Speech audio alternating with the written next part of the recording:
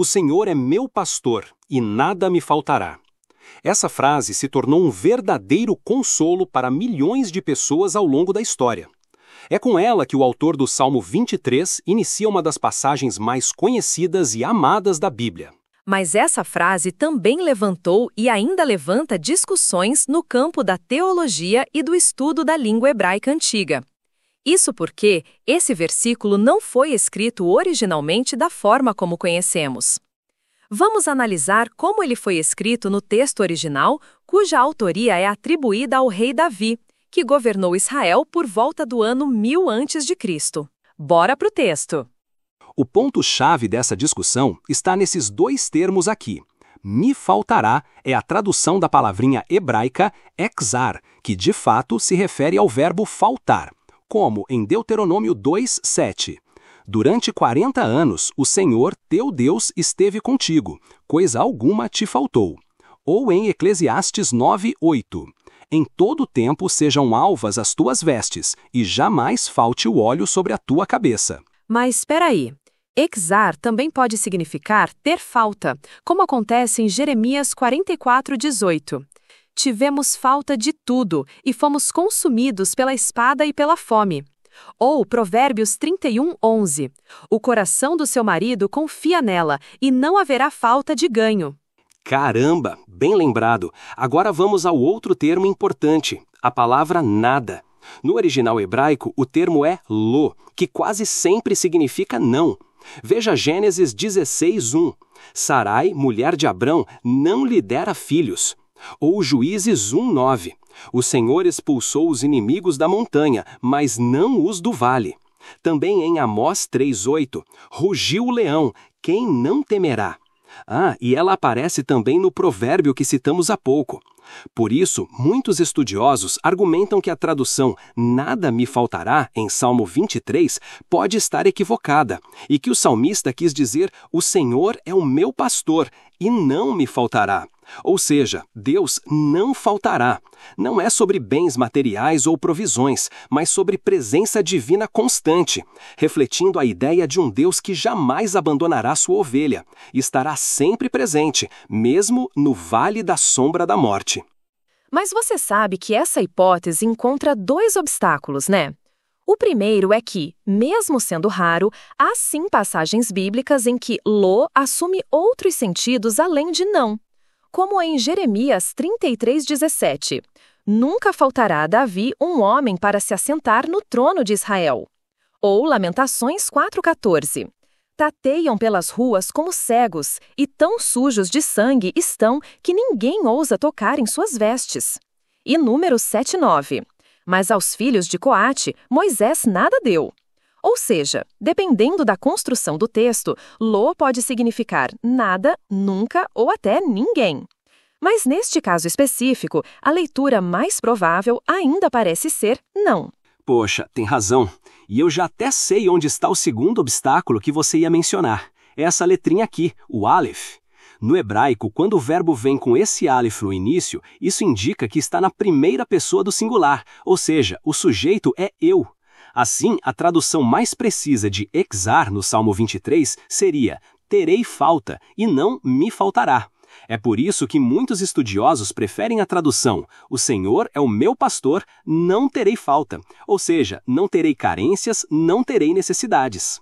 E para muitos, essa leitura encerra a discussão. Afinal, não terei falta e nada me faltará são quase sinônimos, só muda o tom. Sim, mas é importante a gente lembrar que, mesmo concordando com esta interpretação, há quem prefira evitar a expressão nada me faltará por achar que ela soa triunfalista demais, podendo levar a interpretações erradas e perigosas, como uma promessa de riqueza ou conforto automático, o que não é o foco do Salmo.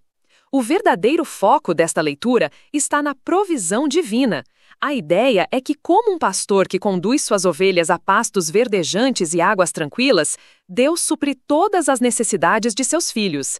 Nada nos faltará porque o pastor conhece exatamente o que precisamos. Perfeito. Agora lembra que falamos que exar pode ser faltar ou ter falta, né? Existe uma terceira interpretação do Salmo 23 que sugere algo surpreendente.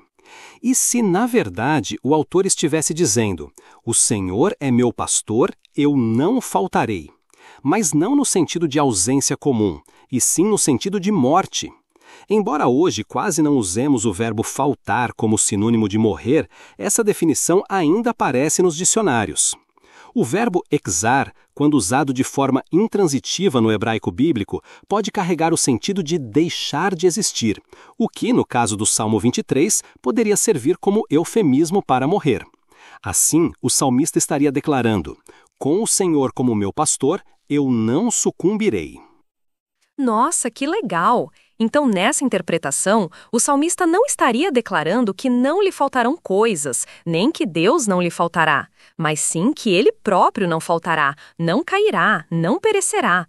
É uma declaração de confiança na preservação da vida, né?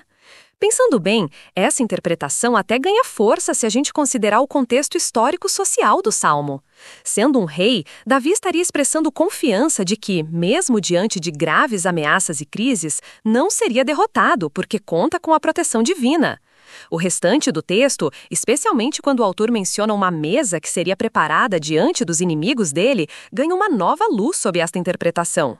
Não se trata apenas de provisão, mas de preservação e vitória diante das ameaças. Exatamente. E sabe o que é mais curioso? Essa interpretação foi proposta por um teólogo brasileiro.